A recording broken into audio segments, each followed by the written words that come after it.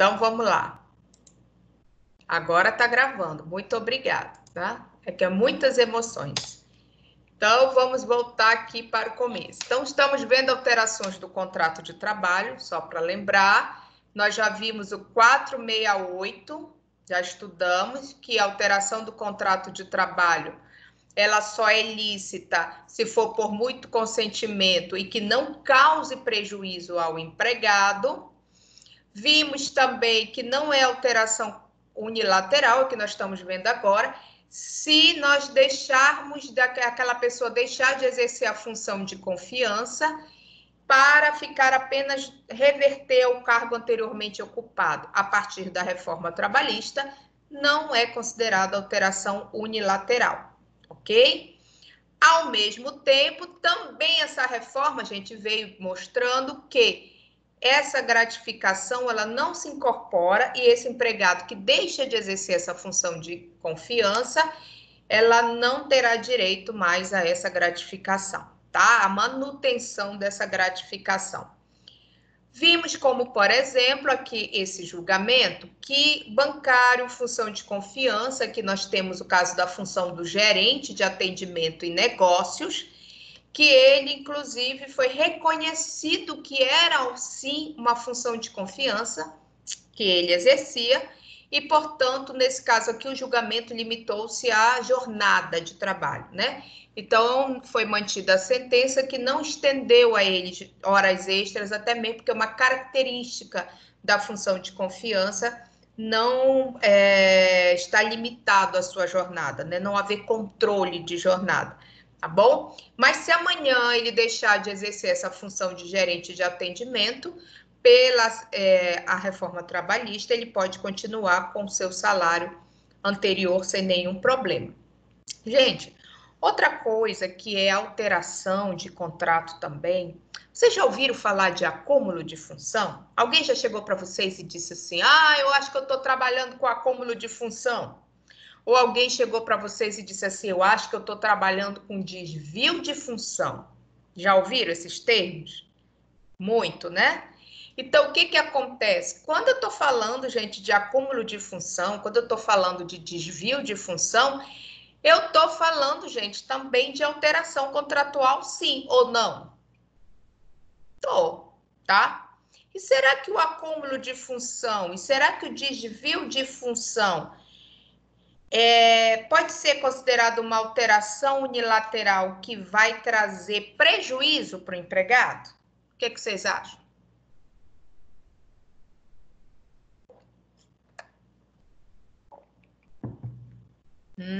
Sim, professora, com certeza. Né? Eu acho que até alguns devem estar enquadrados em um ou outro, né?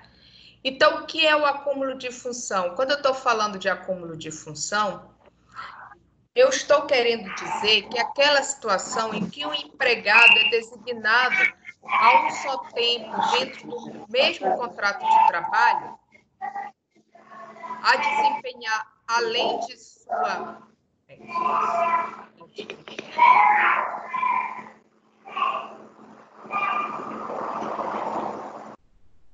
Pronto, tá? Vamos lá, voltar. Então, quando eu estou falando em acúmulo de função, eu estou falando, gente, quando o empregado, ele dentro do mesmo contrato de trabalho, aquele contrato de trabalho no qual ele iniciou, ele passa a exercer, além das suas funções, ou seja, aquilo para qual ele foi contratado, ele começa a exercer também atividades de um cargo diferente, tá? Então, se eu sou contratada para uma atividade, se eu sou contratada como atendente, telefonista, né? E aí, de repente, eu começo a exercer outras funções também. Eu começo a atender, além de telefone, aí me coloco também para a parte financeira, né? Eu começo a fazer algumas coisas lá do setor financeiro. Enfim, gente, o acúmulo de função, eu não deixo de exercer a minha função para qual eu fui contratada. Estão entendendo? Mas eu também começo a exercer outra função, tá? Eu também começo a exercer parte de uma outra função também. Esse é o acúmulo de função. Quando eu estou falando, vamos lá voltar. Quando eu estou falando de desvio de função, aí é diferente. Eu fui contratada para uma atividade, mas ao longo do caminho, eu começo a exercer uma função distinta, uma função diferente daquela para a qual eu originalmente fui contratada. Ou seja, eu deixo de exercer uma função para a qual eu fui contratada e passo a exercer outra, tá?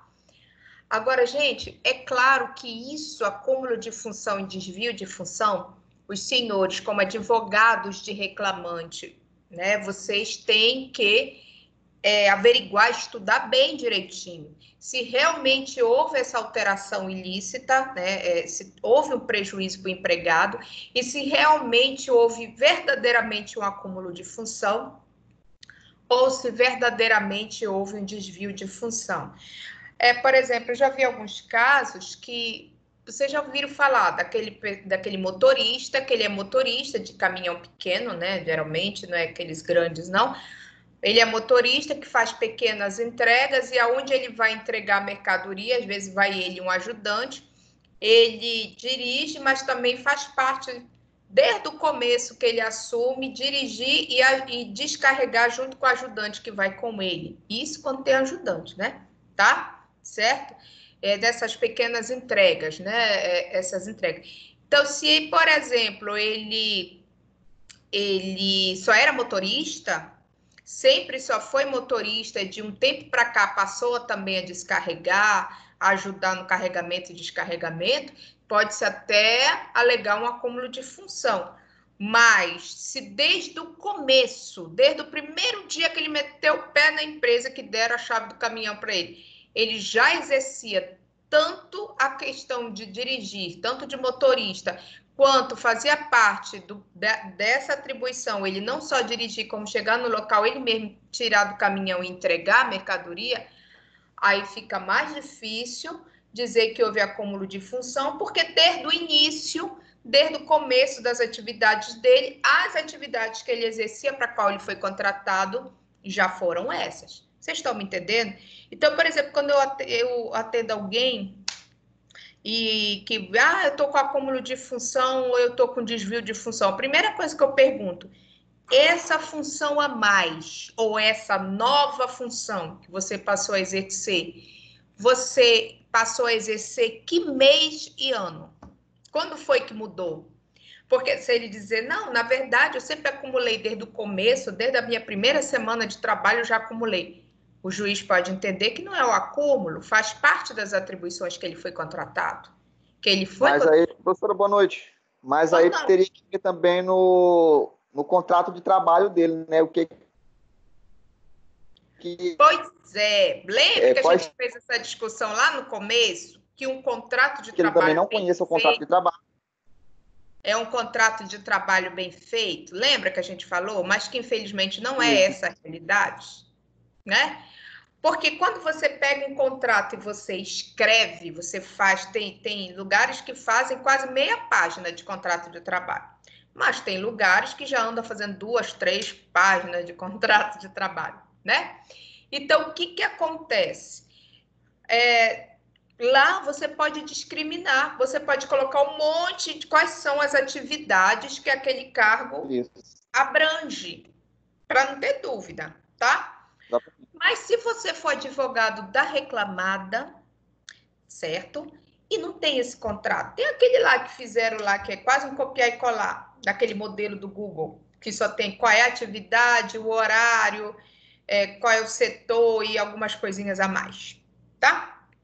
O que você vai fazer? Você vai ter que defender, dizendo que na prática, lembram do princípio da primazia da realidade também, que na prática não é bem assim, que essas atividades fazem parte do cargo, que ele sempre exerceu, ou então porque o cargo se modernizou, porque houve uma mudança estrutural, mas ainda continua ligado. Entendeu? Você tem que defender, você tem que dar o jeito, né? E se for advogado e for reclamante, você vai ter que mostrar que ele foi contratado para uma atividade e com o decorrer do tempo, além daquela atividade que ele exerceu, ele também passou a exercer outras atividades que foram se somando. Mas, em compensação, qual é o grande problema dessa alteração salarial? Por que é alteração salarial, gente? Porque vai se somando e isso aqui que é bom, cadê? Nada. O aumento salarial que é a questão, gente. Porque, amados, vamos pensar junto. Se você tem um aumento de atribuição, de atividade, mas você recebe um aumento salarial, você vai ficar insatisfeito? Não. Não, Você não, pode lógico até que não. dizer, né, Leandro? Você pode até dizer, não, meu pai é eterno, agora eu estou trabalhando demais, mas em compensação eu estou sendo remunerado, Melhorou. Isso. né? Mas você ter um acúmulo, uma concentração de atividades, porque, por exemplo, vai reduzindo o pessoal na empresa, né? Por N motivos, começa a reduzir a equipe. Claro que aqueles que ficam acabam, às vezes, ficando sobrecarregados e pegando um pouco da função daquele que saiu daquelas atividades, se não for a mesma, né? Tá? Então, o que vai acontecer? Aí você pode acabar acumulando função, mas, entretanto, todavia, não há um aumento salarial. Só há aquele aumento normal de reajuste de categoria ou devido ao salário mínimo, né? Aquele percentual do reajuste, mas não há digamos, uma promoção, um aumento salarial. Então, isso é questionado na Justiça do Trabalho. E o desvio de função, gente, tem que também ser analisado. Tem que ver se aquele desvio ocorreu porque houve uma mudança na empresa. Vocês sabem que as empresas, elas também estão se modernizando. Tem funções que eram de um jeito e que hoje não são mais, não é isso? Por exemplo, eu vou dar um exemplo do meu pai. Meu pai, né, como dizia uma afinada tia minha, quando era jovem pan, tá? Ele trabalhou em banco muitos anos, né, contador e trabalhava em banco. Naquela época, vocês acham que funcionavam os bancos como funciona hoje? Não.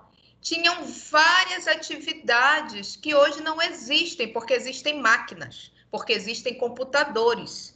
Mas naquela época tinha várias funções que se usava a máquina normal de calcular, né? Não se tinha computador, tá? Se usava muito papel, se guardava muito documento, que hoje está tudo em servidores. Então, tem funções que foram deixando de existir dentro de banco, tá? E que foram surgindo de novas atividades, só que agora ligadas à tecnologia. Então, se aquela função ela deixou de exercer, de ser exercida daquela forma porque houve uma mudança, e aí o empregado teve que se adaptar, é uma coisa.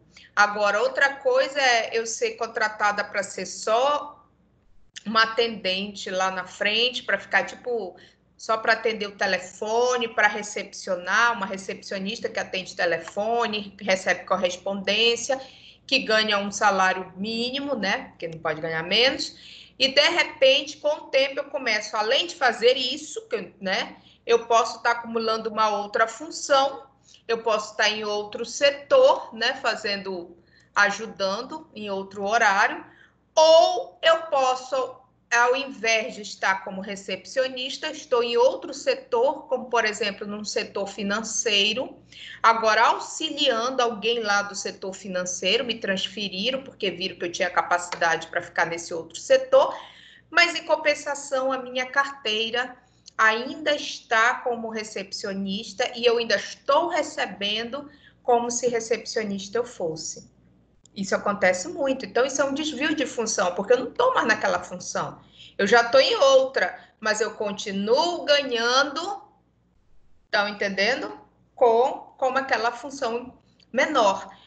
Por isso que é alteração contratual, gente. Porque se eu sou recepcionista, vamos pensar junto, aí me promovem para o setor financeiro e eu passo a ser auxiliar de finanças, não sei, inventei isso aqui, tá?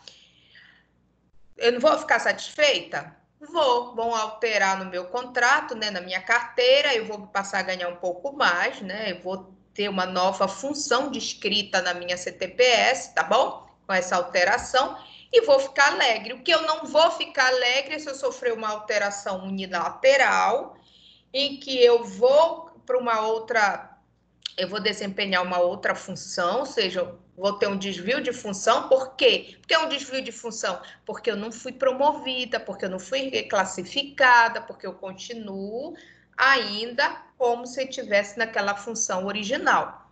Entenderam a diferença direitinho? Sim, professora, sim. Então, vamos Professora, lá eu olhar. tiro uma dúvida aqui, professora, só um esclarecimento. Em se falando de CLT, a gente está falando de qual artigo, a senhora sabe? Nós estamos aqui, amorzão fofo, olha aqui, ó.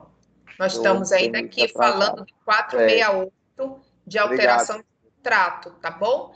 Que não é possível alterar de forma individual, ou seja, né? Claro, gente, quando a CLT diz que eu não posso alterar de forma ilícita, que só é lícita a alteração se for por mútuo consentimento. Claro, né, gente? Cá para nós, ainda mais no meio da pandemia que nós estamos hoje. Se chega o teu empregador e diz, você concorda com vamos alterar e tal, e você assina aqui o aditivo, tu vai dizer que não?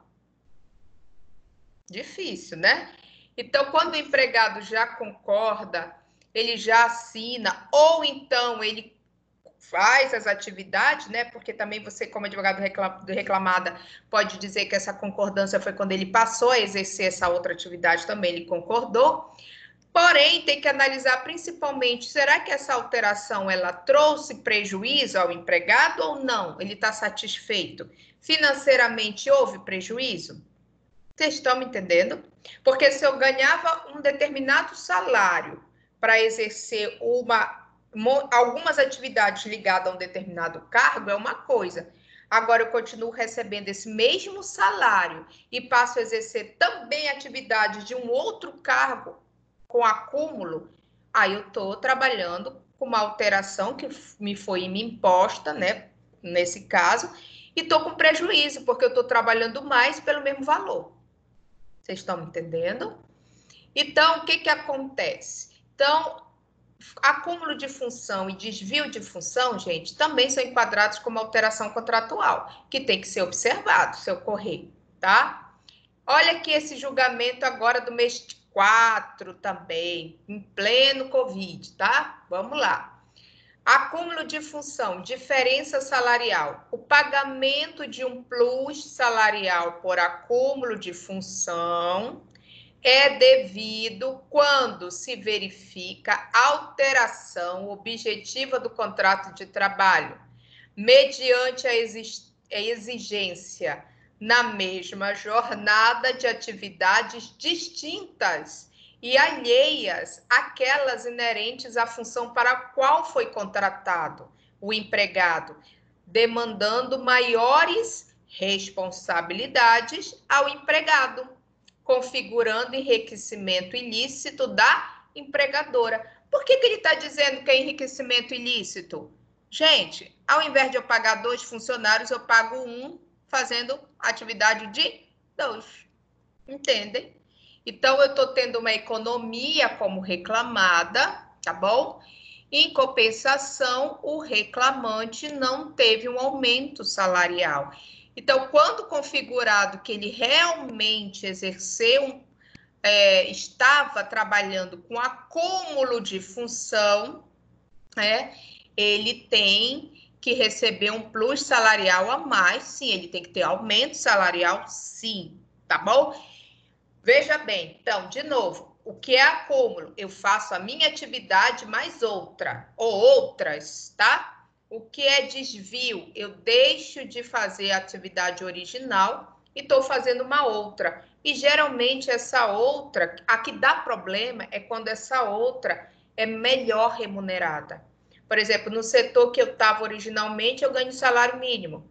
Mas a outra atividade para outro setor para qual eu estou lá também, me colocaram lá para ajudar, que eu estou lá também, eu deixei de ser recepcionista e fui para outro setor. Só que lá no outro setor, todo mundo ganha R$ 1.300, vamos dizer assim, né? Dos que estão fazendo a atividade que eu estou fazendo também. E eu continuo ganhando salário mínimo e, como dizem os clientes, fichada como recepcionista.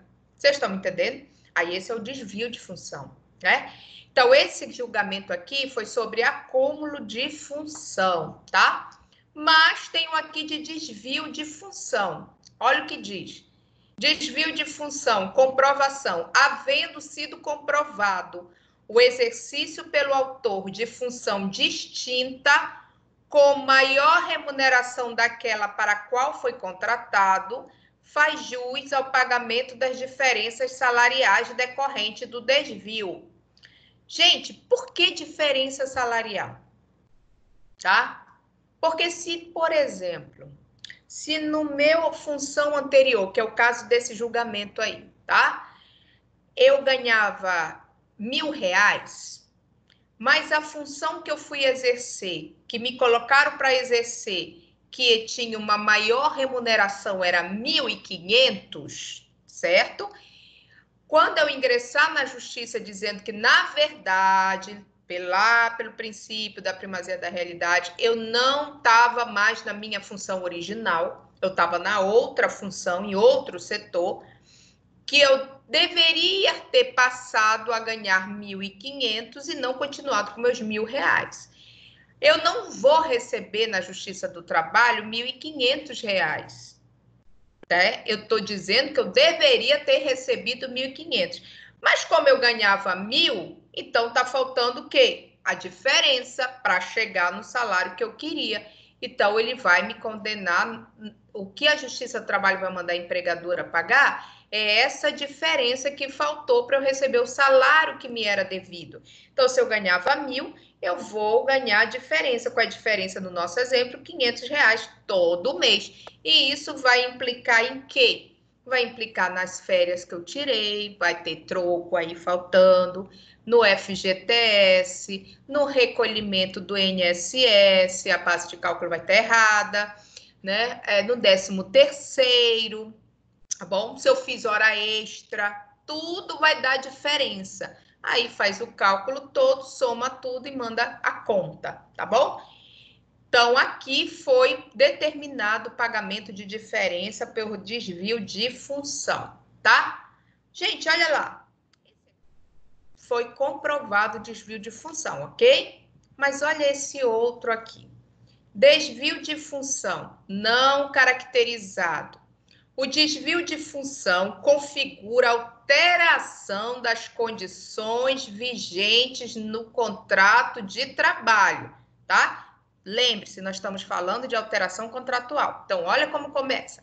O desvio de função configura alteração das condições vigentes no contrato de trabalho, sem mútuo consenso, que leva o empregado a exercer função diferente da que foi contratado.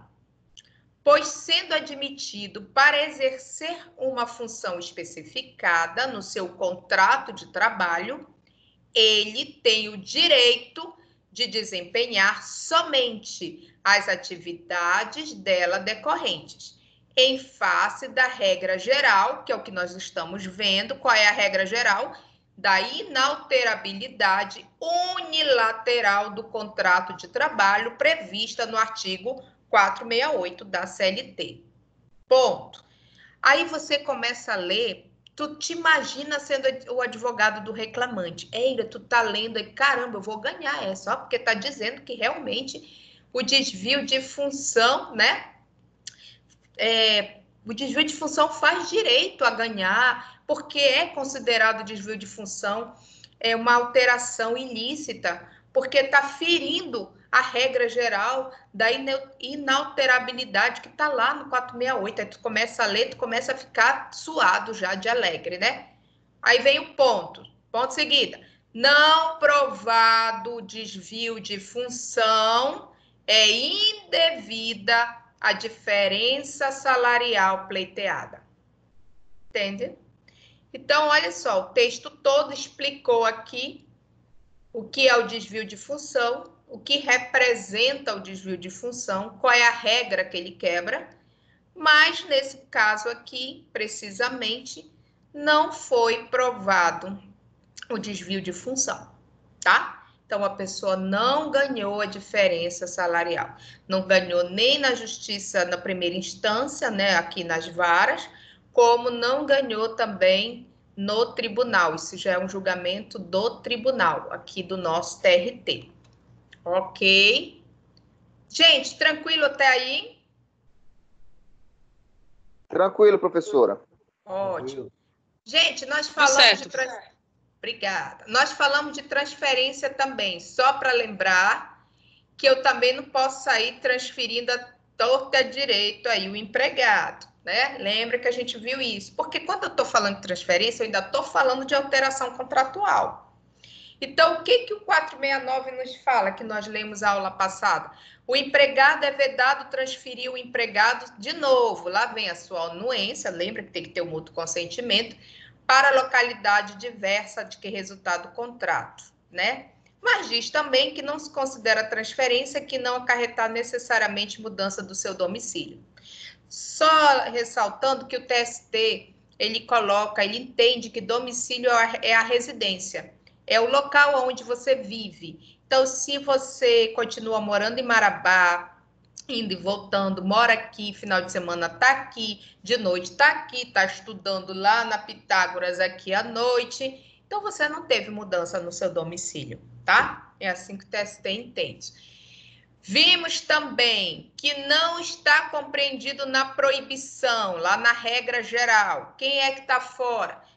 De novo, a galera do cargo de confiança e aqueles cujo contrato esteja inscrito. Lá vem de novo, Leandro, o contrato de trabalho. A importância de um contrato de trabalho bem redigido, tá? Isso mesmo, professora. Principalmente para aqueles empregados que vão, de repente, precisar mudar de domicílio. Tá? Empresas que são, né, no Brasil todo, às vezes tem algumas que são multinacionais, uma região toda. Já vem explícito lá no contrato de trabalho que o domicílio deles vai ser eles vão poder ser transferidos para qualquer uma dessas regionais. Exatamente. É bom ter isso escrito, porque é assim, gente, quanto mais elementos, melhor para você fazer sua defesa. Não esqueçam que nós temos aqueles princípios que nós estudamos, e o principal é a busca da verdade real.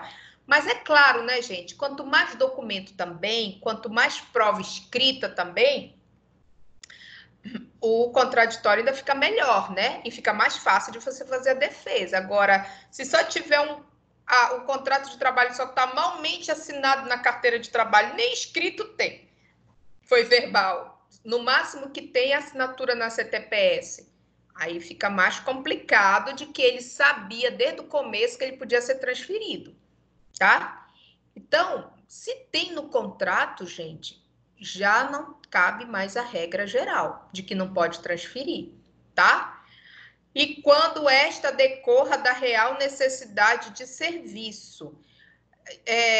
O TST também já se posicionou no seguinte, de que quando não provado para o empregado a real necessidade do serviço, mesmo que conste no contrato, ele poderá resistir à saída, né? Ele poderá questionar na justiça. Mas, gente, um parêntese aqui, aí o empregado não vai, resiste e ainda joga na justiça para contestar. Será que ele vai ter vida longa na empresa? De forma alguma, né? Ele pode, ainda pode até durar uns meses, enquanto ainda rolar ação e tudo mais, mas com o tempo vai ser feito, obviamente, uma reestruturação na empresa, né? Tá?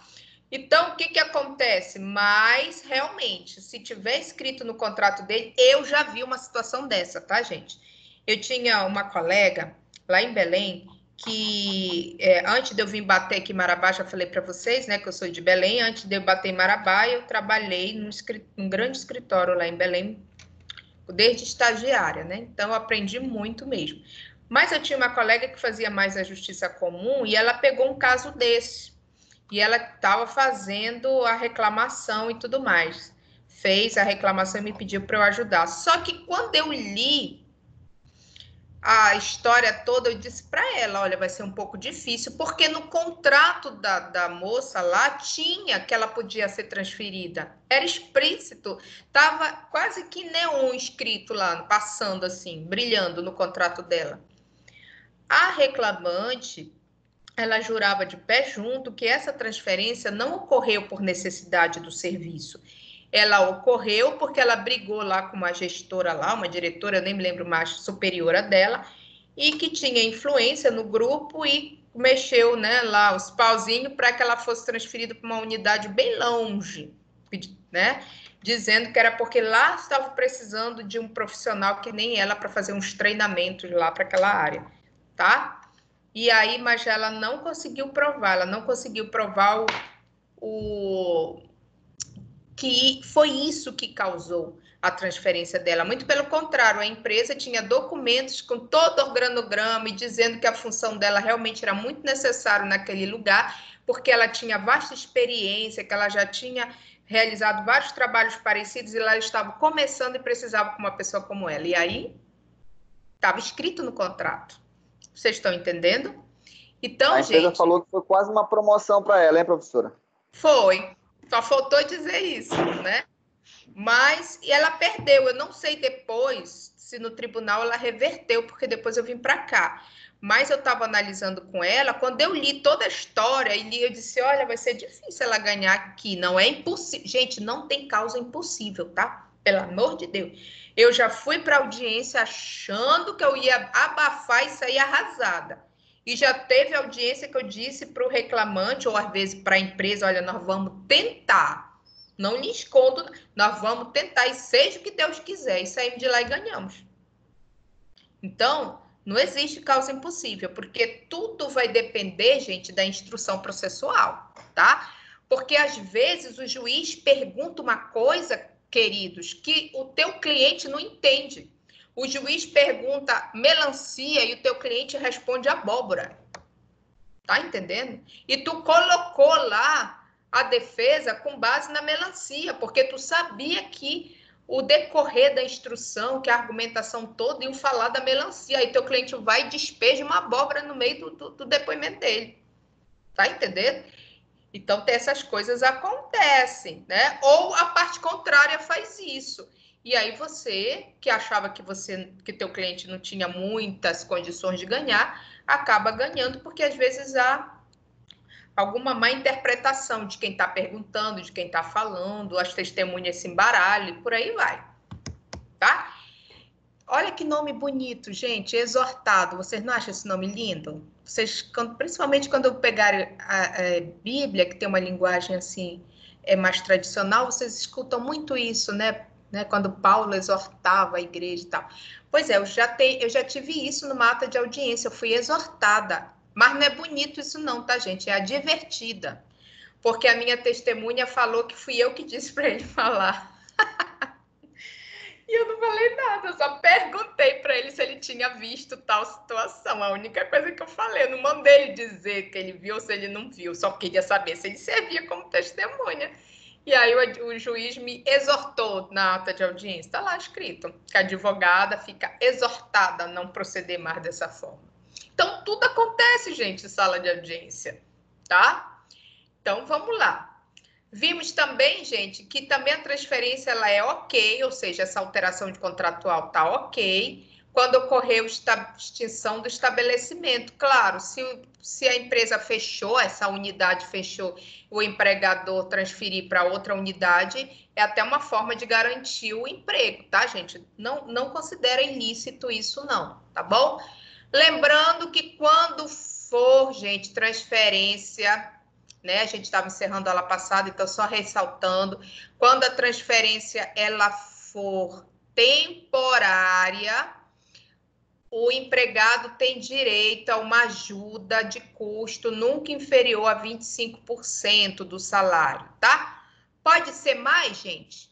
Pode. Se quiser pagar mais, pode. Não pode ser menos de 25, tá bom? Se o empregador quiser pagar 30, 40, não tem problema não. Ou se a convenção coletiva da categoria, né, daquela empresa, ela tem alguma convenção que ela é ligada, disser que é maior do que isso, tem que obedecer à convenção, tá? Mas não pode ser inferior a 25%. E as despesas resultantes da transferência, né, a mudança, ocorrerá por conta do empregador, ok? Aí olha esse julgamento, aí você pensa, professora, não tem muito, às vezes, discussão sobre transferência na justiça. Será que não? Tá? Vamos lá. Da ajuda de custo por transferência de residência, mesma natureza jurídica do adicional de transferência, mudança definitiva de residência, olha aí, tá? Manutenção do indeferimento, ao restar demonstrado por meio das próprias razões expostas por quem? Pelo reclamante. Gente, aí tu faz a tua reclamação, tu escreve tudo bonitinho, tu fundamenta por que você quer esse adicional e tudo mais. Então, as próprias razões expostas, gente, não foi na reclamação inicial, não foi na petição que o advogado fez. Provavelmente, essas razões foi o reclamante que falou em audiência, no depoimento dele, tá? Então, por meio das próprias razões expostas pelo reclamante, que a sua transferência para Belém ocorreu em caráter definitivo, e aí não há que se falar em direito à ajuda de custo por transferência, eis que esta, independente da denominação, detém a mesma razão e a finalidade do adicional de transferência, ou seja, a mesma coisa, né? Na verdade, ela só mudou, botaram o outro nome, tá? A qual só é devido se a transferência do trabalhador for provisória, gente, tá? Nos termos, inclusive, que tem uma orientação no próprio TST a respeito disso, tá? Então, se não for provisória, se for definitiva, se ele foi, como a gente brinca, né? Quem é, como a Naira lá das bandas de lá, como a gente diz que foi de mala e cuia, tá? Então, não era uma mudança transitória, ela foi definitiva, então ele não teve direito ao adicional de transferência, tá aí, julgamento aqui desse ano, tá bom? Outro aqui, adicional de transferência, pressuposto, ou seja, qual é o pressuposto para eu ganhar o adicional de transferência? Provisoriedade. A finalidade do pagamento do adicional de transferência é assegurar um acréscimo salarial para suprir as despesas com o deslocamento do empregado, sendo pressuposto para sua percepção o caráter provisório da transferência, recurso do reclamante provido, ou seja, que ele ganhou, ele tinha perdido, mas ele provou que era provisória a transferência dele, ele ganhou o adicional de transferência, recurso, inclusive, julgado agora mês 4, tá? Certinho? Tranquilo até aqui? Alguma Tranquilo, pergunta? professor, até agora sim. Beleza, então vamos lá. Gente, o contrato, ele também pode sofrer pequenas alterações que não são consideradas ilícitas, tá, gente? São, inclusive, alterações legais, quando eu estou falando de interrupção do contrato, né? Gente, o que eles podem, como eu falei para vocês, perguntarem numa prova, de repente na UAB, qual é a diferença de interrupção para suspensão do contrato, para saber se você consegue fazer a diferença do que é um do que é outro, tá? Mas quando eu estou falando de interrupção, eu estou falando quando o empregado ele suspende a realização dos serviços por algum dos motivos legais, tá? Que nós vamos ver agora, mas permanece recebendo normalmente toda a sua remuneração. É como eu brinco, né? O empregado, ele cruza os braços, digamos assim, ele não vai trabalhar, mas ele vai receber normalmente sem desconto, tá? Então, na interrupção, a empresa ela continua pagando os salários ao empregado e esse período dessas pequenas paradas, né? Ele será computado como tempo de serviço, tá? Então, nós vamos ver aqui como exemplos que todo mundo conhece mais, são as férias, afastamento por doença até o 15º dia. Isso são exemplos que nós vamos passar a detalhar agora de interrupção do contrato de trabalho. Gente, a interrupção do contrato de trabalho são as famosas faltas justificadas, tá? O que é falta justificada? É quando eu ligo, por exemplo, para Agamenon e digo, olha, Agamenon, patrão, eu tô com dor de cabeça, tá? Mas eu não vou no posto de saúde agora, nem que me pague, tá? Para pegar o atestado. Você considera justificado? Se o Agamenon disser que tá tudo ok, tranquilo, tá justificado. Ele não vai poder me descontar esse dia. Porque vocês sabem que o empregador, quando o empregado falta de maneira injustificada, ou seja, não dá nenhuma razão nem explicação, esse dia não trabalhado pode ser descontado, tá?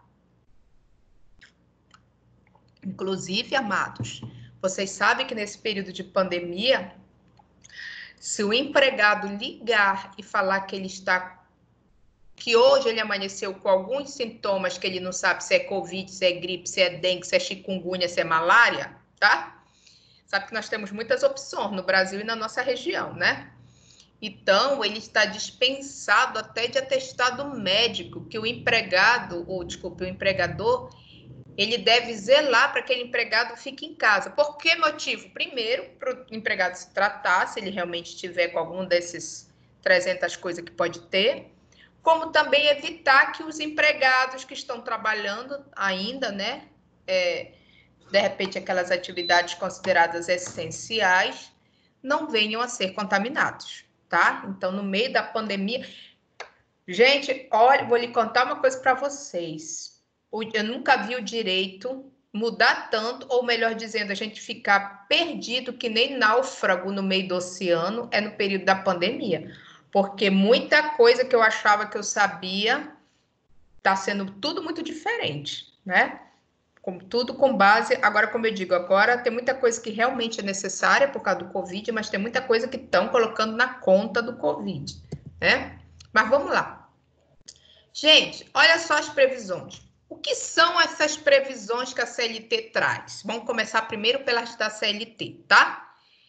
São situações que, uma vez o empregador verificar, ele não poderá dar falta para o seu empregado, tá bom? Ele pode ampliar esses dias? Pode. O que ele pode é não dar nenhum dia, tá bom?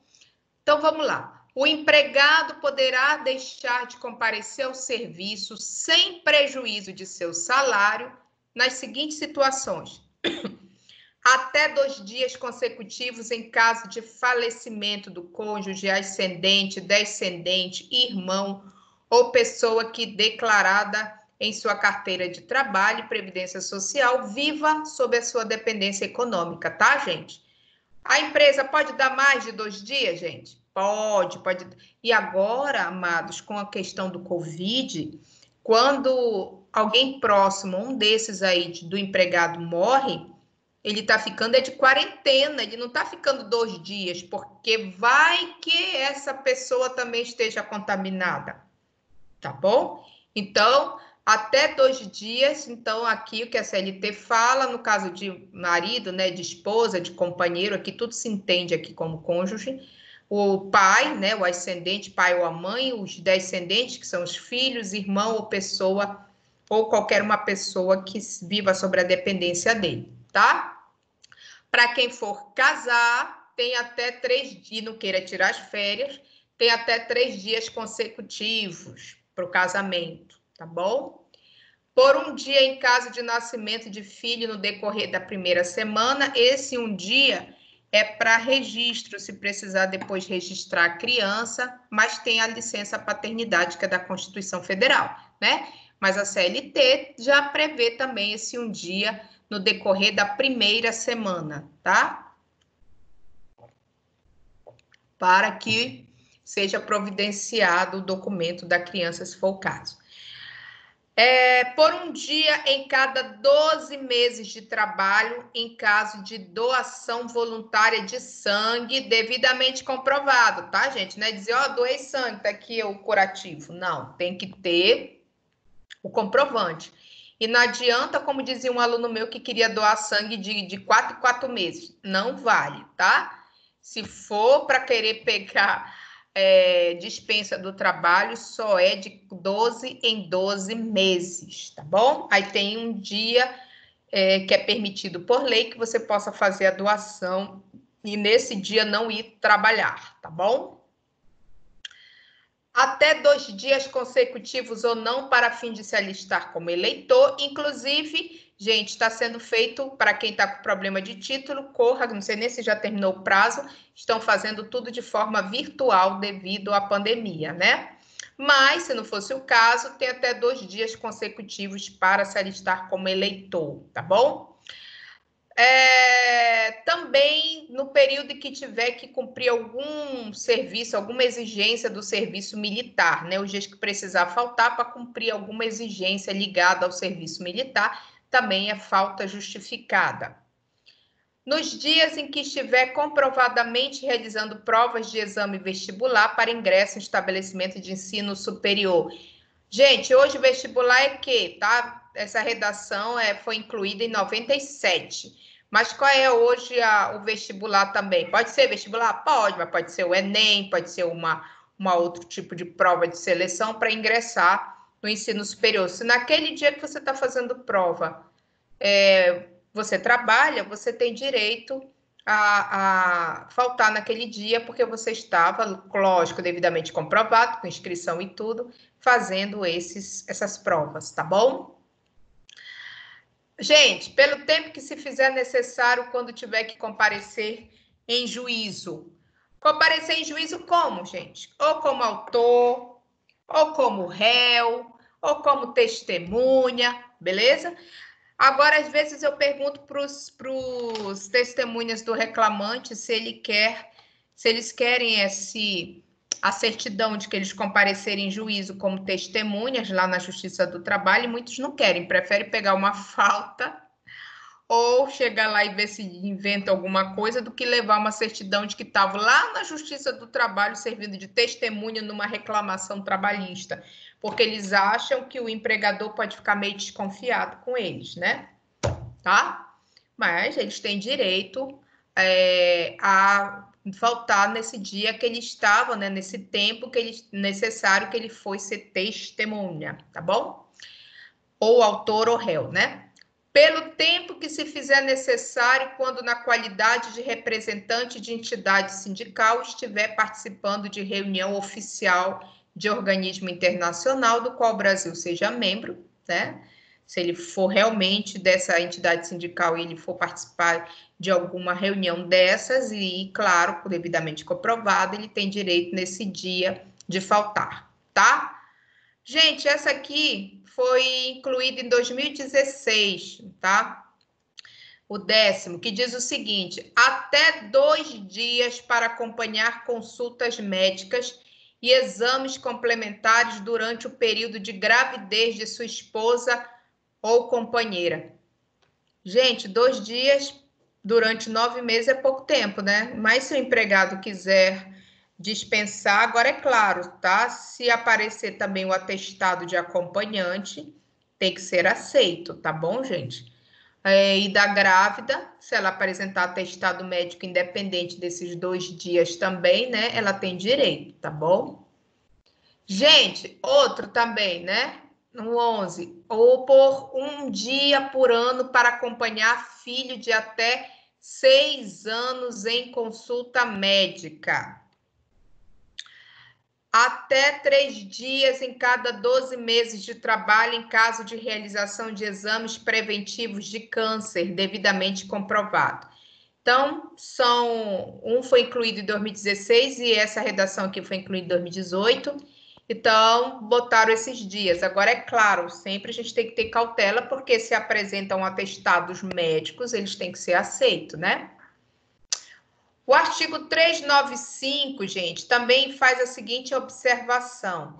Em caso de aborto não criminoso, comprovado por atestado médico oficial, a mulher terá um repouso remunerado de 2 semanas, ficando-lhe assegurado o direito de retornar à função que ocupava, antes de seu afastamento. Então, se a grávida ela perder a criança, né, e devidamente comprovado que foi por N motivos, sem ser criminoso, tá? Por atestado médico, ela vai ter direito a esse repouso de 2 semanas, tá bom? Sem prejuízo da sua remuneração. Mas se ela tiver complicação? Se ela tiver complicação e precisar de mais tempo, ela vai pegar o atestado médico dela e a partir do 16º período ela é encaminhada para o INSS. Bom? Gente, e a empregada... Gente, até aí tudo bem? Alguma dúvida? Estão entendendo direitinho? Tranquilo, professor, tranquilo. Tudo Gente, certo, professora. deixa eu falar uma coisa para vocês. Né? Nós já vamos começar a ler, mas pelo que está aqui na tela, vamos dizer que os senhores resolvam adotar uma criança de 16 anos. Vocês acham que vocês têm direito a algum tipo de licença? Sim ou não? Sim. E aí? Tá, Olha aí, leiam aí 32. 392. Leiam aí e me digam. Adoção ou guarda judicial conjunta ensejará a concessão de licença maternidade a apenas um dos 2 adotantes ou guardiões de empregado ou empregada. Mas olha lá, o 392A, lá o caput, o que é que diz? Aqui em cima. Ó, em cima, 392. Estão vendo? 392A? Oh, perdão. Vamos lá. No A já diz, né? No A.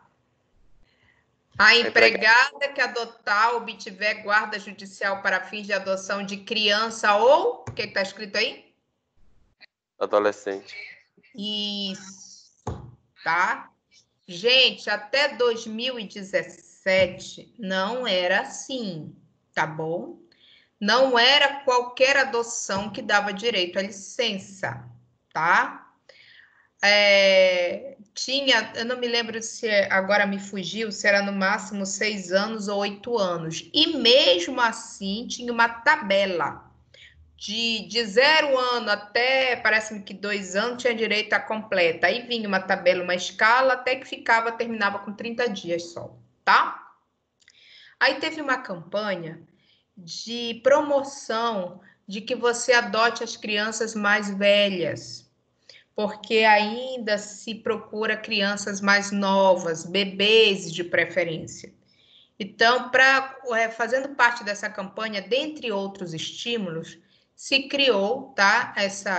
Veio essa mudança com essa lei 13.509, de que a empregada, ela que adotar uma pessoa que aí esteja na categoria de criança ou de adolescente, ou seja, independente da idade, enquanto não for maior de idade, ela teria, sim, os mesmos direitos de qualquer outra mãe, tá? Então, quando se adota ou quando se obtém uma guarda judicial, né, que ainda está no processo de adoção, mas já tem a guarda, tanto faz, amados, de criança ou de adolescente. Então, se os senhores adotarem um adolescente de 17 anos, pode pegar a licença, tá bom? Só de 18 que já não vale, tá? Porque já é maior de idade, ok? Então, parágrafo, a licença maternidade, gente, aqui, pega o parágrafo 4, que é o destaque, ela só será concedida mediante a apresentação do termo judicial de guarda adotante ou a guardiã. Aí eu pergunto para os senhores, a adoção à brasileira dá direito? Todo mundo sabe que é adoção à brasileira? Não, eu já não ouviram sei. esse termo?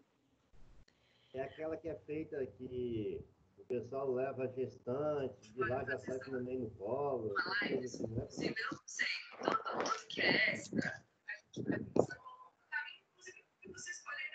Isso. O que acontece, né? A adoção à brasileira é aquela que eu pego uma criança, ou melhor, eu pego um documento, às vezes nem documento tem, tá, gente? É modo de dizer. Pega um documento lá do hospital que nem eu pari, só peguei lá da mãe que teve a criança, que me deu o menino, eu peguei o documento lá de nascido vivo, às vezes está lá falsificado, não está o nome da mãe, eu vou lá no cartório, ou vai, né, ou vai o esposo, vai lá no cartório e registra como filho, tá? Não é adoção. Registro, eu vou fazer uma falsa comunicação, eu vou lá e registro como filho, ok? Professora, Então, por não, Agamenon. teve uma colega que teve um problema com a questão, ela tinha a guarda provisória e o banco estava exigindo a guarda definitiva para poder dar a licença maternidade para ela. Mas ela conseguiu a licença, 6 meses. Mas a CLT não diz, né? Que tem que ser Pois a guarda definitiva. Isso. Pois é. Mas, enfim, né? Concederam para ela. Mas o que acontece? Teve uma moça que me procurou que ela queria pleitear junto da empresa a licença maternidade, porque ela tinha adotado uma criança. A primeira pergunta que eu fiz para ela: a adoção foi judicial? Você tem o documento da adoção, ou aguardo ou definitivo? Você tem esse documento?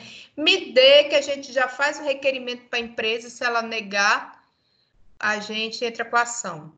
Aí ela disse, não, eu tenho a certidão de nascimento dela. Eu digo, não estou te perguntando da certidão de nascimento dela, estou te perguntando da guarda, estou te perguntando da adoção. Aí, conversa vai, conversa vem, o que eu descobri? Que era adoção a brasileira, que ela pegou e fez isso. Eu digo, gente, não tem condições. Por que, Agamenon, não tem condições? Porque como é que tu vai explicar para o INSS, e isso ela já tinha registrado a menina, já tinha tipo assim uns 15 dias, entendeu? Que ela tinha registrado a menina no cartório, como filha dela legítima, né? Assim, como se tivesse parido, tá? Ela e o marido dela. Então, como é que você vai explicar para o INSS, né? Meninas, pense que a pessoa, a mulher pariu a criança, estava trabalhando normalmente, porque até bater ponto ela estava batendo. E aí, de repente, ela lembrou, pari a criança, eu vou pedir a licença maternidade. Não existe isso, gente. Tá? Não tem condição, nem que a pessoa seja uma mulher maravilha. Eu acredito que não dá para parir num dia e trabalhar no outro, como se nada tivesse acontecido. Não tem condições. Falei para ela, como é que tu vai explicar isso no INSS? Tá? E outra coisa, eu falei para ela, se for investigar, isso é crime. Então, como é que você vai pedir, mulher, a questão da licença maternidade com toda essa irregularidade? Tá? E aí ela desistiu de pedir com medo, né? De dar maior problema. Mas até hoje, isso já faz um tempo, a menina hoje já está com 8 anos, isso já tem uns 8 anos isso, e é registrado normal, como se filha fosse nascida, né? Naturalmente, não foi feita a adoção. Ela foi lá e registrou direto no cartório. Enfim, tá? Mas isso não pode, tá, gente? Então, o que acontece? A licença maternidade, ela é sim concedida hoje para adotante, tá bom? Atenção, quando a adoção ou a guarda judicial, gente, ela for conjunta, ensejará a concessão de licença maternidade apenas a um dos adotantes ou guardiões, empregado ou empregada. Gente, isso aqui é para tudo, tá? Então, mesmo que seja um casal composto, né, uma família composta por 2 mulheres, por exemplo, ou 2 homens, eles têm direito também, a família tem direito. Só que apenas um pode recorrer, pode requisitar, tá bom? Ou se for um casal, né, também se for um homem, uma mulher, que queiram pedir a licença maternidade, não, gente, aí apenas um tem direito, ou também já foi dado licença maternidade, no caso também, gente, de mãe que morre no parto, tá? Se a mãe morreu no parto, quem vai cuidar daquela criança? É o pai, tá? É o companheiro, tá? Ou é a companheira. Então, essa pessoa que ficou, ela vai ter direito à licença maternidade também. Hã? Tá bom? Vamos lá. Outras previsões, gente. Essas aqui também da Constituição Federal. E estamos tudo ainda em interrupção do contrato de trabalho, tá? A licença paternidade de 5 dias, tá? Então, o que acontece? O pai tem direito a 5 dias de licença paternidade, tá? Se a empresa ela tiver no cadastro tiver lá fazer parte de empresa cidadã, pode ser que e esteja todos os benefícios tributários, ela tem que dar uma contrapartida, e uma delas é que a licença paternidade vai ser estendida para 20, tá? Mas é só para essas empresas que fazem parte de empresa cidadã.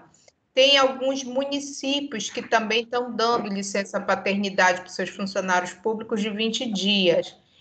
Teve um projeto de lei, uma vez, de aumentar logo para 20 dias, porque disse que era muito importante o pai ele ajudar nesse momento, né? A mãe. Mas ainda ficou nos 5 dias, tá bom? Gente, acidente de trabalho ou doença. Então, o empregado, quando ele sofre um acidente de trabalho, uma doença ocupacional ou uma doença comum, tá? Ele apresenta atestado médico, tranquilo, né? Só que, se o atestado dele, amado, for de até 15 dias, ele vai ficar, nesses dias que o atestado médico comporta, em casa, se cuidando e vai receber no final do mês, tá?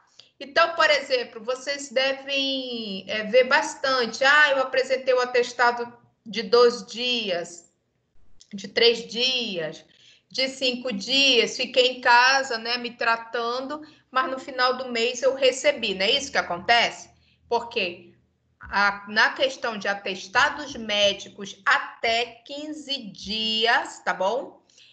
O empregado fica esse período em casa por conta do empregador. Teve um tempo, gente, aí eu acho que foi, não me lembro agora se foi 2017, foi 2016, teve um tempo, uma proposta que alterou de 15 dias para 30, tá? Que até 30 dias de atestado era por conta da empresa. Mas aí se pulou longe, se teve muitos movimentos contra, deu maior confusão, e aí ficou limitado, voltou para os 15 dias, bom? Então, nos primeiros 15 dias de atestado é por conta da empresa. E se o empregado precisar ficar mais tempo, aí os demais dias serão já por conta da Previdência Social, tá bom? Repouso semanal remunerado. Todo mundo gosta, né? Você trabalha a semana todinha para o final de semana descansar, mas não vai ser descontado de você. Você, ao contrário, você tem direito a esse repouso semanal e é remunerado. Você não pode ter desconto do dia que você está descansando, tá? Ao contrário, já faz parte da tua remuneração esse descanso. Então, você vai ganhar o seu salário integral, faz parte, inclusive, né? Então, o repouso semanal remunerado é uma previsão de interrupção. É você estar amparado por lei de não trabalhar naqueles dias. Outro também que todo mundo gosta, né? Apesar de que está todo mundo meio que de feriado prolongado e muito prolongado, são os feriados, tá, gente? Então, quando tem feriado, não se pode trabalhar, tá? É amparado por lei. Aí você tem que olhar os feriados nacionais, tem que olhar os feriados municipais, não é mesmo? Então, pode ter o estadual também. Então, nesses dias destinados a feriados, estão amparados por lei. Não só feriados, gente, como, por exemplo, como eu já falei para vocês, do Dia do Professor. O Dia do Professor, ele não é feriado, mas a convenção coletiva da categoria dos professores, ele diz que no Dia do Professor, o professor não pode dar aula, é proibido, é um dia de descanso para o professor, para que ele comemore o seu dia, digamos assim, tá bom? Também nas convenções coletivas do comércio, por exemplo, tem o dia do comerciário, que nesse dia do comerciário, que pode, em determinados municípios, coincidir com algum feriado, tá? Ou não, né? Decidido livremente daquele município, ou esse dia do comerciário, nesse período, não tem também trabalho, não pode haver trabalho. Então, ele está com uma falta justificada, amparado aonde agora? Na convenção coletiva, beleza? Tá? A licença maternidade também, né? Então, nesse período que está de licença maternidade, de 4 meses, tá? A mãezinha, ela tá lá cuidando do seu filho, né? Ou tanto a mãe que... Tanto faz a mãe que, como eu vou falar, pariu, né? Ou a adotante, como nós já vimos. Então, quem está, né, beneficiado pela licença maternidade está amparado por lei. Nesse período não pode haver descontos, ao contrário, vai receber normalmente, tá? Então, nesse período, o contrato de trabalho acontece o que nessas paradas? O contrato de trabalho, ele não está suspenso, ele está interrompido, tá bom?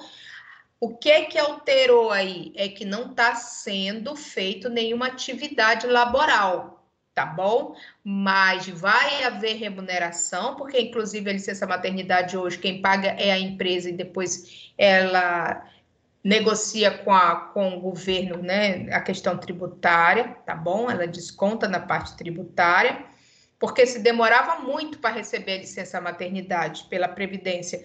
Então, agora é feito dessa forma, tá? Então, o que acontece? Nesses períodos, o tempo de serviço está correndo normalmente também, tá?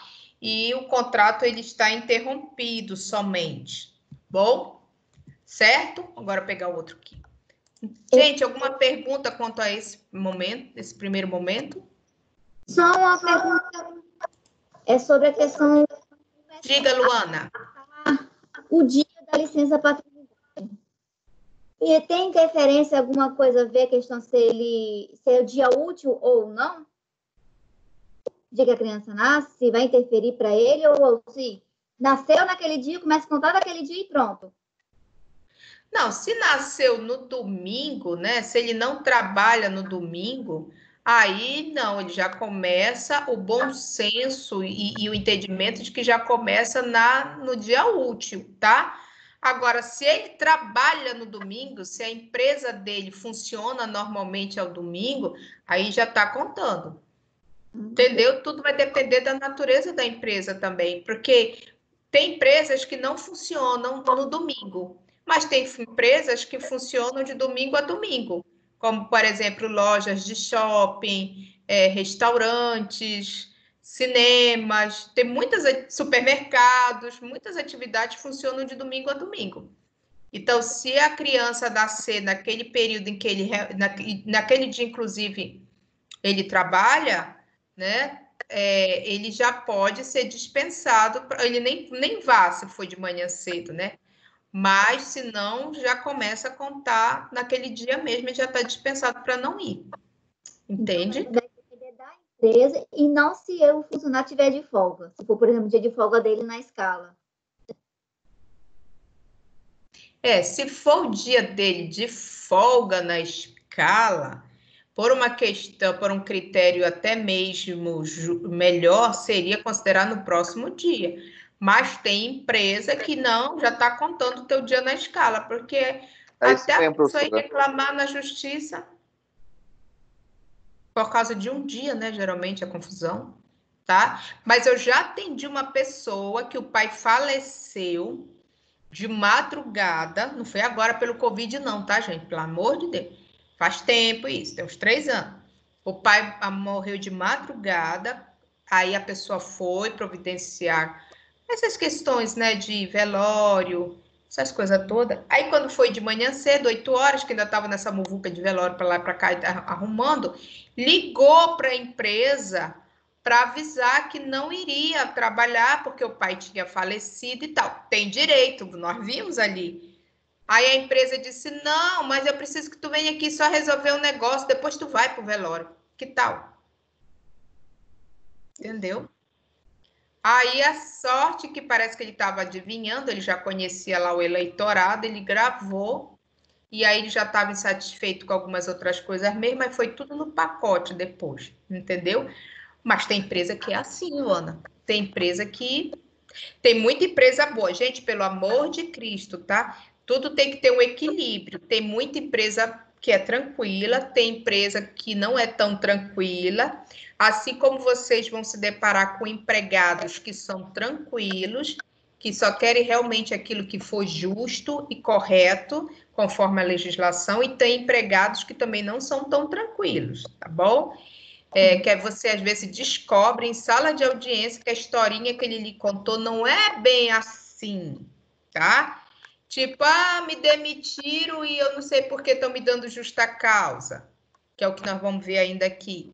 Aí você vai descobrir que, na verdade, essa pessoa que passou um bom tempo sem aparecer e não justificou, ficou contando como falta injustificada. E aí depois vem dizer que não sabia porque foi demitido. E assim tem muitas histórias, dá muitas histórias para contar, dos dois lados. Entendem? Então tem que ter muito cuidado. Então não tem só entendimento, não tem nada claro dizendo, olha, a partir de tal dia que começa a contagem. Se o dia for útil, é a partir daquele dia sim, tá? Se ele for dia útil de trabalho dele, já se conta. A maioria conta como contando mesmo do dia do nascimento, já conta esse dia para ele, tá? Agora, se não for dia útil, né? Se ele não estiver trabalhando, o ideal é que conte a partir do dia seguinte. Mas a maioria da contagem é feita do dia do nascimento, sim. Certo? E é corrido os dias que conta, tá, gente? Se o dia for terminar no domingo, mesmo que ele não trabalhe no domingo, ele entra na contagem. Não são dias úteis a contagem, são dias corridos, tá? Tipo assim, Luana, mas eu não trabalho no domingo, mas meu último dia é no domingo. Eu vou então utilizar a segunda, e só vou na terça? Não, são dias corridos. Entende? Ok, entendi. Beleza, então vamos lá, continuando. Até aqui tranquilo, gente? Então, vamos lá. Aqui está o roteiro de vocês, também está explicado. Eu vou postar essa projeção porque eu dei uma melhorada nela, por isso que eu não postei. Ixi, meu Deus do céu, o que está acontecendo aqui? Peraí.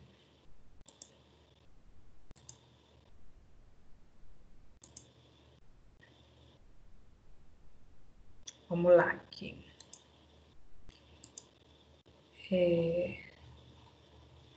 Gente, agora nós vamos ver suspensão contratual. Qual é a diferença da suspensão contratual para interrupção? O que é interrupção mesmo, meninos? Que nós acabamos de ver? É falta justificada? Ela ocorre quando o empregado suspende a realização dos serviços, mas permanece recebendo normalmente a remuneração. Isso. Então, para vocês ficarem claro para vocês, é só lembrar, como disse a Naira, o que é interrupção? É a falta justificada. É quando eu vou faltar, eu não vou trabalhar, mas eu vou receber, porque eu estou amparada por lei. A minha parada é amparada, vamos dizer assim, para ficar um trocadilho, por lei, tá? São motivos que eu posso me ausentar e que eu não vou ter desconto do meu salário. Já a suspensão, que vocês tanto estão ouvindo falar por aí, que agora está na boca do povo, né? Que é a suspensão e redução, que é a nossa próxima aula, nós vamos ler a medida provisória. Então, o que acontece, gente? O que é a suspensão? É quando eu falo brincando. O empregador cruza os braços e o empregado também. Ou seja, não tem trabalho, mas não tem salário, tá? Então, durante a suspensão contratual, as cláusulas do contrato de trabalho, as cláusulas, elas não se aplicam, tá? Porque não há prestação de serviços, e se não há prestação de serviços, não vai haver pagamento de salários, tá? Então, por exemplo, casos de suspensão de contrato de trabalho. Gente, por motivo de doença, a partir do 16º dia. Lembram que eu falei para vocês até ainda há pouco que se o atestado médico do empregado for até 15 dias, ok, quem vai pagar é a empresa. Então, por isso que vocês veem que é muito comum as pessoas ficarem doentes, ir lá no posto de saúde, dizer que estava com dor de barriga, com dor de cabeça, ou ir no dentista, ou coisa parecida, e pegar um atestado médico com 2 dias, 3 dias, né, 4 dias, dependendo da enfermidade, tá? Por quê? Porque atestado médico, eu estou dizendo que eu faltei porque eu estava doente. Então, o atestado médico até 15 dias, quem vai pagar é a empresa. Você vai ficar os dias que forem necessários dentro desse período em casa e vai receber no final do mês. Porém, se vamos dizer que o atestado médico... Deixa eu ver quem está apitando aqui. Seu Alaí, voltando. Vamos dizer que o atestado médico, gente, ele seja de 30 dias. Vamos dizer de uns 40 dias, tá? O que acontece? O que acontece nesse caso? Os primeiros 15 dias continuam sendo pagos pelo empregador. Sempre isso, gente. Mesmo que o atestado médico seja de uns 40 dias, de uns 60 dias, os primeiros 15 dias sempre é o empregador que paga, tá? Certo isso? Só que se ultrapassa 15 dias, a partir do 16º dia, o que o setor de RH vai fazer? Vai encaminhar para a Previdência Social, tá? Então, aquele empregado tem o contrato interrompido até o 15º dia, mas se o atestado dele for mais do que isso, a partir do 16º dia, o contrato dele suspende, tá? Então, o afastamento por motivo de doença a partir do 16º dia é causa de suspensão, tá, gente? Inclusive, amados, salvo se for acidente de trabalho, não tem recolhimento nem de FGTS, tá bom? Fica suspenso mesmo o contrato de trabalho enquanto perdurar aquela situação, tá? Ah, professora, mas e se fulano passar 2 anos de atestado médico se tratando por saúde? O que se faz? O que se vai fazer é que ele vai ficar 2 anos com o contrato suspenso, sem nenhum problema, tá bom? Se ele um dia voltar, ele retorna e o contrato dele continua, né? Ainda mais se for de acidente de trabalho, ele tem estabilidade de 12 meses quando ele volta, mas se ele ficar 2 anos, gente, 3 anos, 4 anos se tratando, é suspensão do contrato de trabalho. Fica suspenso, tá? Fica parado no tempo esse contrato, tá bom? Então, tanto por doença como por acidente de trabalho, a partir do 16º dia, o contrato está suspenso, tá? Gente, aposentadoria provisória também, o contrato está suspenso, tá? Se o empregado for aposentado por invalidez, terá seu contrato de trabalho suspenso durante esse prazo, tá bom? Só que o que acontece, gente? Essa aposentadoria por invalidez não é diferente de aposentadoria por idade. Porque quando a pessoa se aposenta por idade, ela cumpriu todos os requisitos, ela se aposentou normalmente e o contrato pode ser extinto, né? Pode terminar o contrato de trabalho e tudo mais. Aqui não, é quando ele estava nesse atestado médico aí, ele sofreu uma doença ocupacional, ele sofreu um acidente de trabalho ou uma outra enfermidade, ele ficou de benefício previdenciário e depois foi revertido para aposentadoria por invalidez, tá? Ainda é suspensão do contrato de trabalho, tá bom? Era fixado em 5 anos esse prazo para ficar esperando essa aposentadoria por invalidez, mas pode hoje durar mais do que isso. O INSS pode considerar ainda a aposentadoria por invalidez ainda como sendo provisória, mesmo passando de 5 anos, porque ele pode verificar que aquela situação pode ser que aquele empregado se recupere fazendo o tratamento e volte a trabalhar, tá? Qual é a grande consequência da suspensão de contrato de trabalho, gente?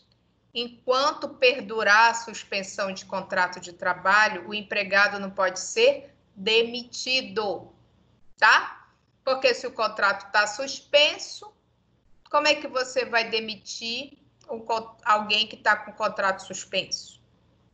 Ok? Muito bem. Já havia a previsão de que, por motivo de força maior, a gente pode suspender o contrato e agora, né, com a medida provisória, isso voltou, tá bom? Para cumprimento de encargo público obrigatório, também pode ser suspenso. Para prestação de serviço militar também, tá? Gente, greve. Vocês já ouviram falar de greve? O que é a greve? Os empregados, eles cruzam o braço, não é isso? Para reivindicar seus direitos. Mas eles não estão trabalhando. Eles estão grevando. É um direito constitucional amparado por lei, eles podem grevar, mas também pode ser descontado os dias parados. Por quê? Porque houve suspensão do contrato. O empregado, ele parou, mas ele não parou por um daqueles casos de interrupção.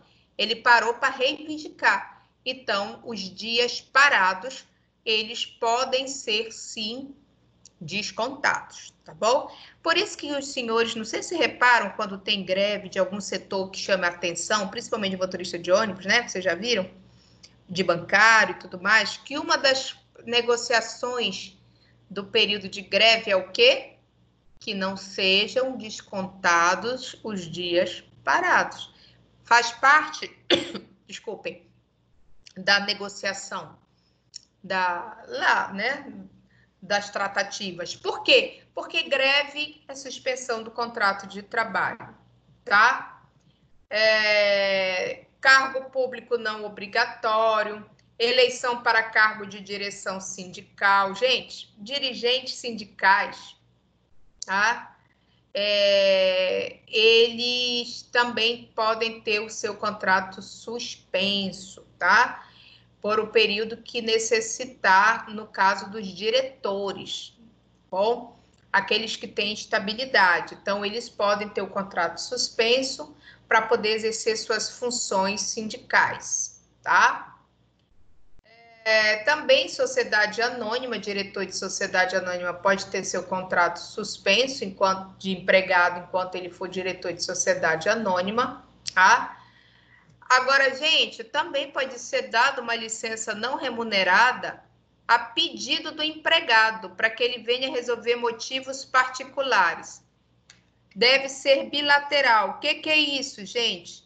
Eu vou chegar para o meu patrão lá, e para o Leandro ou para o Agamenon, que são os sócios da empresa, e vou pedir que eu quero, por motivo particular, eu quero me ausentar uns meses, tá? Da empresa, mas eu não quero pedir demissão. Quero só me ausentar. Posso fazer isso? Posso. Agora, se eles vão me conceder, é bem diferente, tá bom? Mas há essa possibilidade para resolver motivos particulares, tá bom? Ou então, para eu me qualificar profissionalmente, tá? E no período máximo de 3 meses, tá bom? Mas isso tem que também ser concordância, para que eu me afaste da empresa por 3 meses, sem ônus nenhum. Qual é esse ônus? Sou eu que estou querendo me afastar. Então, nós vamos suspender o contrato, eu não vou receber salário, porque eu vou para resolver esse meu motivo particular, ou eu vou para esse curso aí de qualificação fazer alguma coisa. Se houver concordância, é possível. O problema é haver concordância, tá, gente? Porque dependendo do setor, o setor pode ficar desfalcado, né? Dependendo do que a atividade que aquela pessoa ela exerça, ok? Gente, alguém já ouviu falar aqui de gancho? Já falaram para vocês que sofreu um gancho? Vocês sabem o que é o gancho? A suspensão, né, professora? Né? Suspensão. No meio dos reclamantes, eles não vão chegar para ti. Claro que alguns podem dizer, lógico, não estou generalizando. Eu levei uma suspensão do contrato de trabalho, tá? Alguns chegam e digam assim, eu levei um gancho de 3 dias, de 5 dias. Ué, mas por que você foi... Primeira vez que eu escutei, eu fiquei na dúvida do que era, eu perguntei como foi que ocorreu esse gancho, para eu entender o que era. Aí a pessoa falou, não, porque estava dizendo que eu estava chegando atrasado todo dia, que eu não estava dando satisfação, aí me mandaram ficar 3 dias em casa. Aí eu entendi que era suspensão, tá? Então, gente, é suspensão disciplinar, tá? É possível, só que tem que ser dentro do razoável, tá? O que é isso? Eu posso suspender para dar uma punição, né? Por algum motivo razoável, mas se eu suspender um empregado por 30 dias é considerado rescisão contratual. Não posso deixar uma pessoa 30 dias suspensa e ela vai receber o quê? Nada. Então, já há o entendimento que se eu aplicar uma penalidade de suspensão de 30 dias, considera-se que eu, na verdade, demiti o empregado. Considera-se rescisão, tá bom? Eu também posso suspender o empregado, gente, que tem alguma garantia de emprego, um empregado com estabilidade provisória, por exemplo, para apurar inquérito de falta grave. Não tem problema. O que é apurar inquérito, gente? Para dar justa causa, a justa causa ela tem que estar devidamente apurada. E tem empresas que nomeiam comissões, aí passam a ouvir testemunhas, aí passam a fazer auditorias em documentos, tá bom?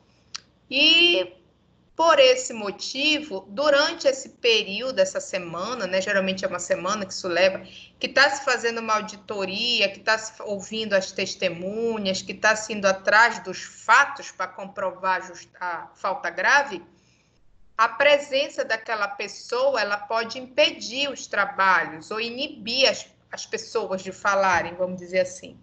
Então, eu posso suspender por alguns dias, né, esse empregado estável para devido a um inquérito, tá? De apuração de empregado de estabilidade. Não tem problema, tá bom? Agora, nunca pode ser mais de 30 dias, senão, na verdade, eu demiti ele normalmente, ok? Então, quais são os efeitos da suspensão, que é diferente da interrupção, tá? A suspensão não vai haver pagamento de salário, tá? Na suspensão, a garantia do retorno, ele pode até voltar também, né? No caso do empregado ali da apuração, ele retorna para o seu cargo durante a suspensão. No caso do doente também, né? No caso da que estava afastado de benefício, quando ele retorna para o cargo anterior que ele ocupava sem nenhum problema, tá? Porém, no período da suspensão, gente, não pode haver demissão, tá? No período de suspensão, o contrato está suspenso e eu não posso demitir. Não tem validade a demissão no período da suspensão, tá bom? Ok, até aí? Gente, cessada a causa de suspensão, acabou o motivo da suspensão, o empregado tem que voltar para o trabalho. Eu levei alta do INSS, eu não gostei, recorri. continuei perdendo e estou de alta do INSS e eu me fingi de morta em casa. Isso vai dar abandono de emprego, porque da feita que suspende o contrato, o empregado tem que retornar. Nem que seja no caso de doença, para ele dizer que ainda voltou, mas que ainda se sente mal, porque quando volta, tem que fazer exame de retorno ao trabalho, exame médico. Então, esse empregado, ele pode dizer para o médico que ele está agora fazendo o exame de retorno, que ele ainda não está bem, que ele ainda não se sente bem, que não sabe por que a Previdência o dispensou já, né, que já deu alta para ele, enfim. Aí pode ser que o médico peça alguns exames complementares, veja que realmente ele ainda continua inapto, e o que faz? Conduz ele novamente à Previdência Social, tá? Aí ele vai de novo passar por o processo de perícia e tudo mais. Mas se ele sumir do mapa, ele poderá levar uma justa causa por abandono de trabalho. Por quê? Porque não apareceu para justificar, nem que seja para dizer que está doente ainda, né? Ele tem que falar, porque ele vai passar por uma avaliação médica. Então, ele tem que dar uma justificativa, ele não pode sumir, tá bom?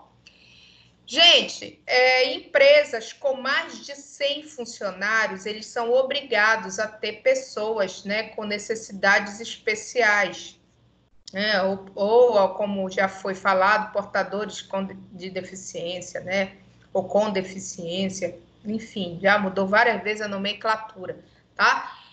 Por que isso, gente? Para obrigar que as empresas deem oportunidade, né, para as pessoas que têm alguma redução, né, física ou mental, né, alguma deficiência, que ele possa ser inserido no mercado de trabalho, que ele possa garantir a sua dignidade, que ele não seja tratado com preconceito, né, como uma pessoa inútil pela sociedade. Então, visa-se estimular dessa forma, tá bom? Então, tem uma tabelinha que a partir de 100, né, a obrigatoriedade, então, entre 100 e 200 empregados, tem que ter 2%, né, nessa contagem, vai lá e vê quantos empregados tem, acha-se 2%. Aquele número lá tem que ter portadores, né, com necessidades especiais. De 2001 a 500, 3%, de 501 a 1.000, 4%, e a partir acima de 1.000 funcionários, 5%, tá? Gente, essas pessoas são empregadas com carteira assinada. O grande problema, quando passa a fiscalização nas empresas, é achar candidatos, tá? Isso eu sei porque eu já acompanhei a saga de uma empresa que colocou no jornal, colocou no Cine, colocou quase em porta de restaurante, tudo procurando.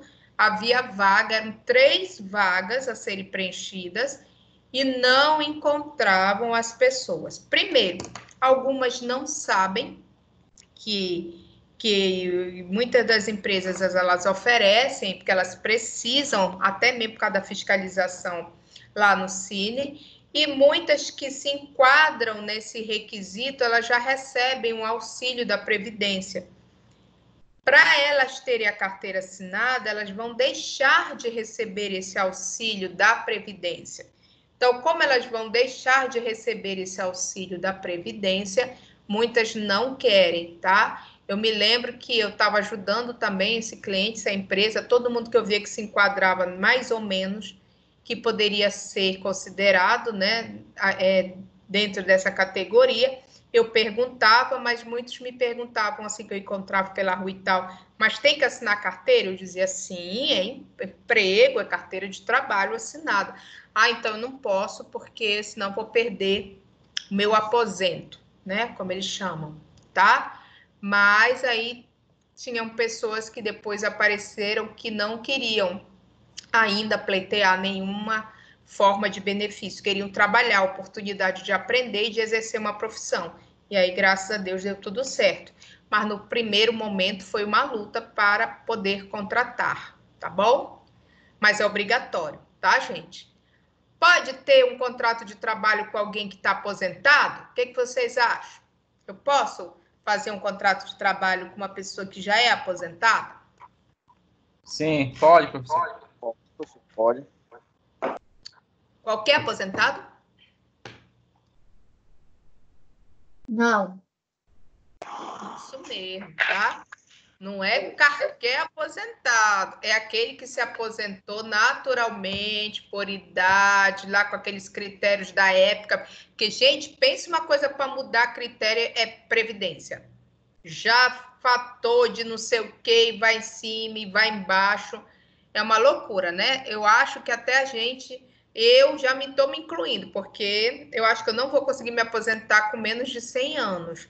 E eu acho que com vocês, com 120, de repente, tá? Mas, vezes as regras mudam bastante. Então, o que acontece, gente?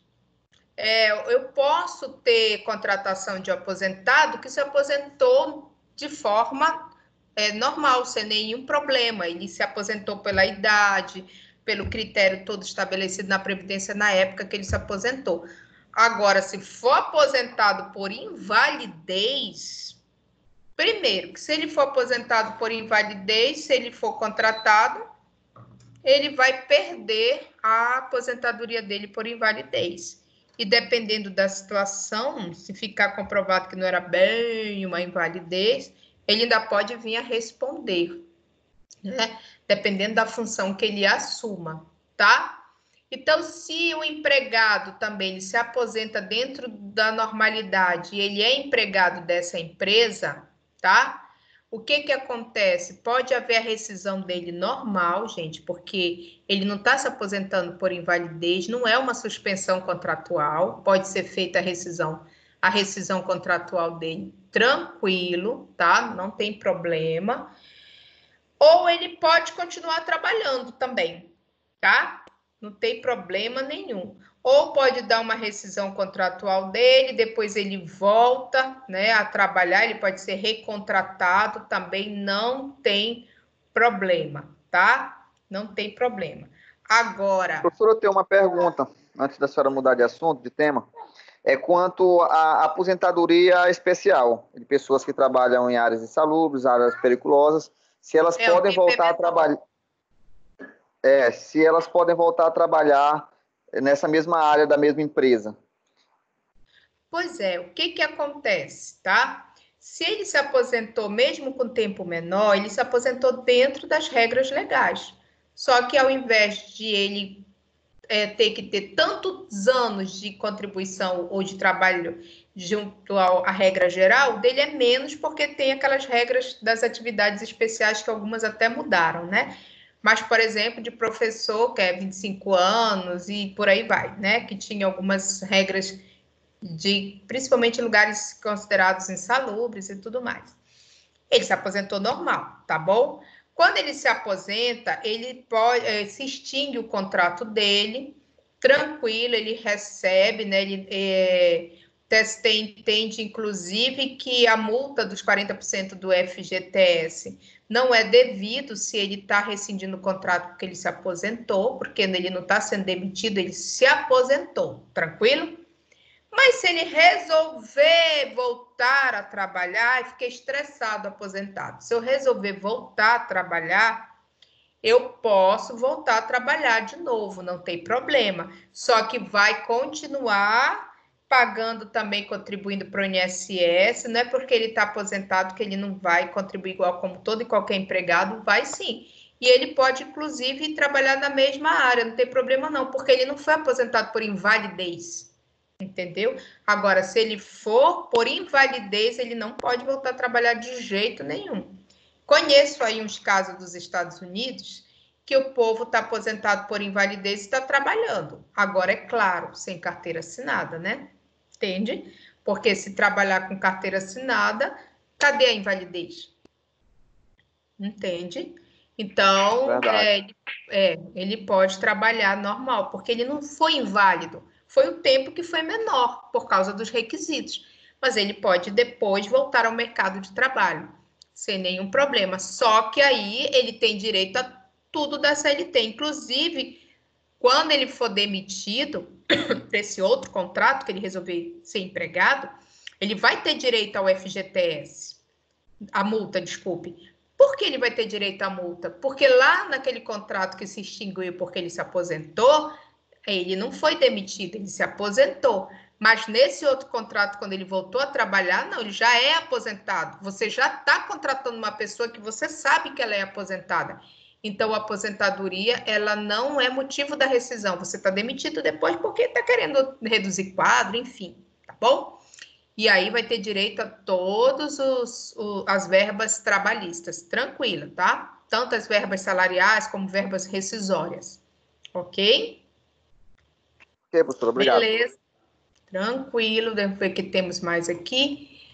Só, né? Então, aqui nós terminamos com a nossa parte de alterações, de interrupção e de suspensão do contrato de trabalho, né? Vocês têm mais alguma pergunta? Tranquilo? Não, professor, sem perguntas. Tranquilo. Ótimo. Então, Tranquilo.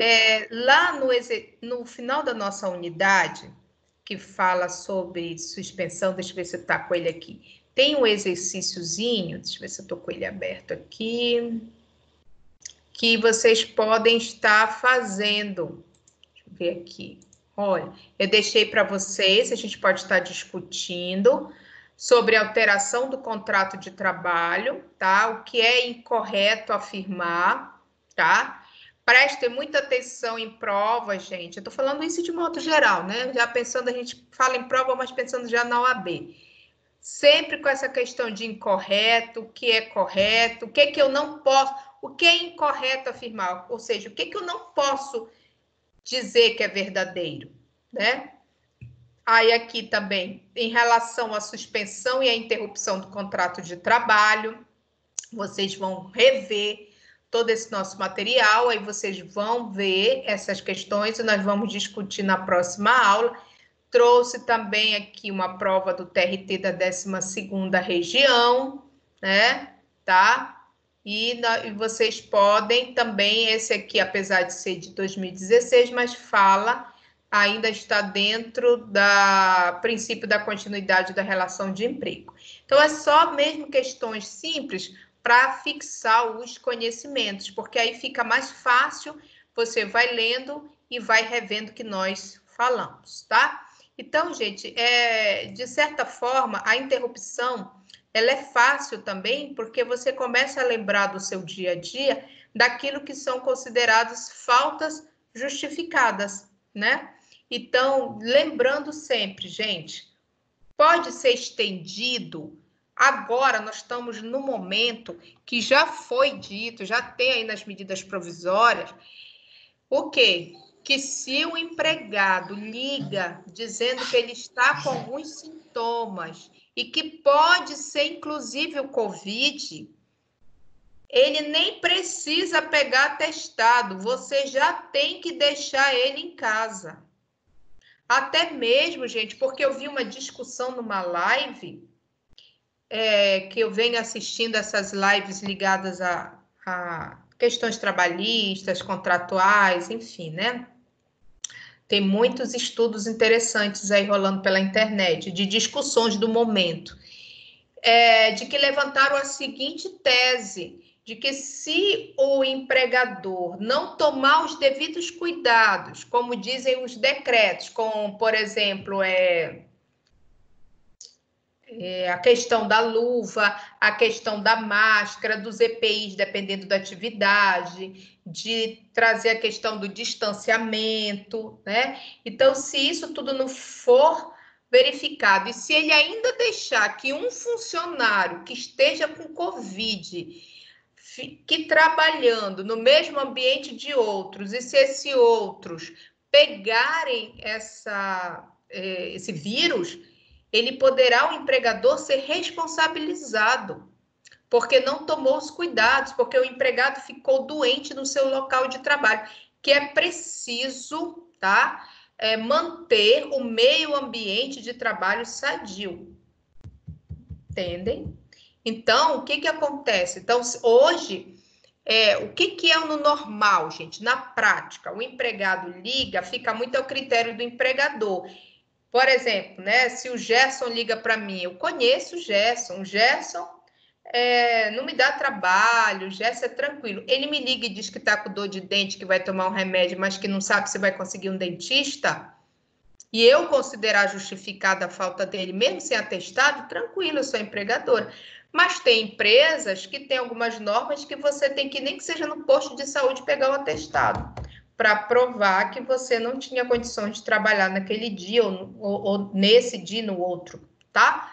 Mas em tempos de pandemia, decretado pela Organização Mundial de Saúde, por nossos decretos também, já está se aceitando situações do empregado só ligar e não necessariamente, até mesmo porque, gente, o exame de Covid é fácil fazer, né?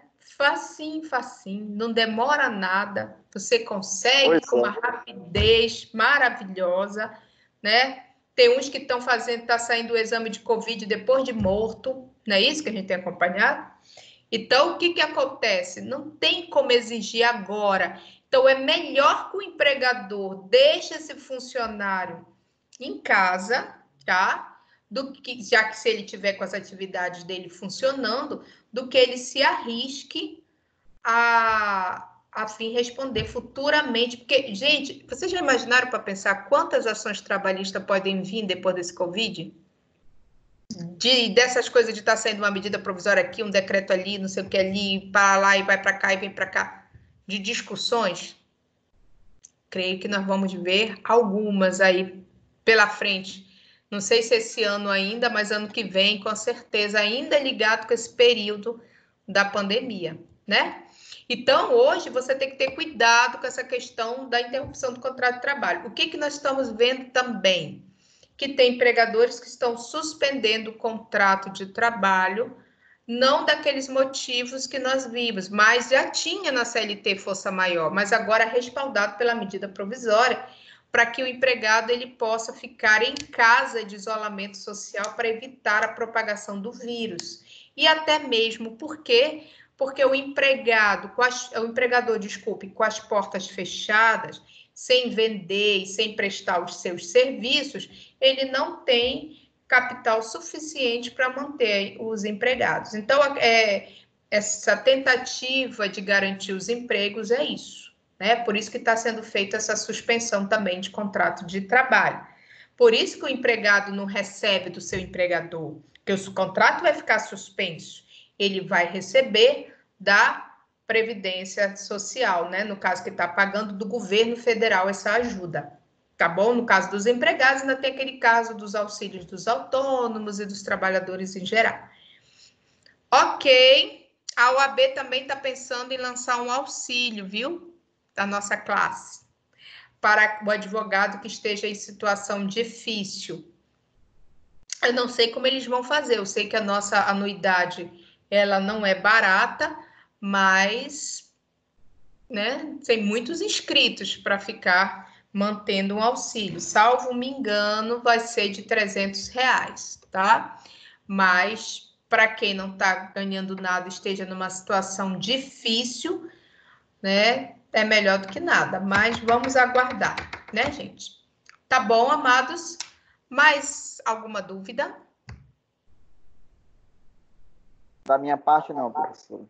Ainda minha. Só acrescentando, professora, o STF mesmo essa semana ele declarou, né, que o COVID é considerado acidente de trabalho, né? Em cima da MP. O problema é o meio ambiente de trabalho, tá? Por exemplo, se for profissionais da área da saúde, o nexo causal tu precisa discutir o nexo causal da área de saúde? É óbvio, né? Entendeu? E ainda tem municípios aqui, vamos dizer município lá nos Estados Unidos, né? Para não falar do Brasil. Ah, não, temos municípios nossos que não estão querendo pagar nem adicional de salubridade para os seus servidores, porque entende que não faz... Gente, como não? Tá? ou então quer limitar o adicional de salubridade agora para médicos e técnicos, né, de enfermagem. Mas, gente, quem está hoje no hospital ou nos postos de saúde estão na linha de frente.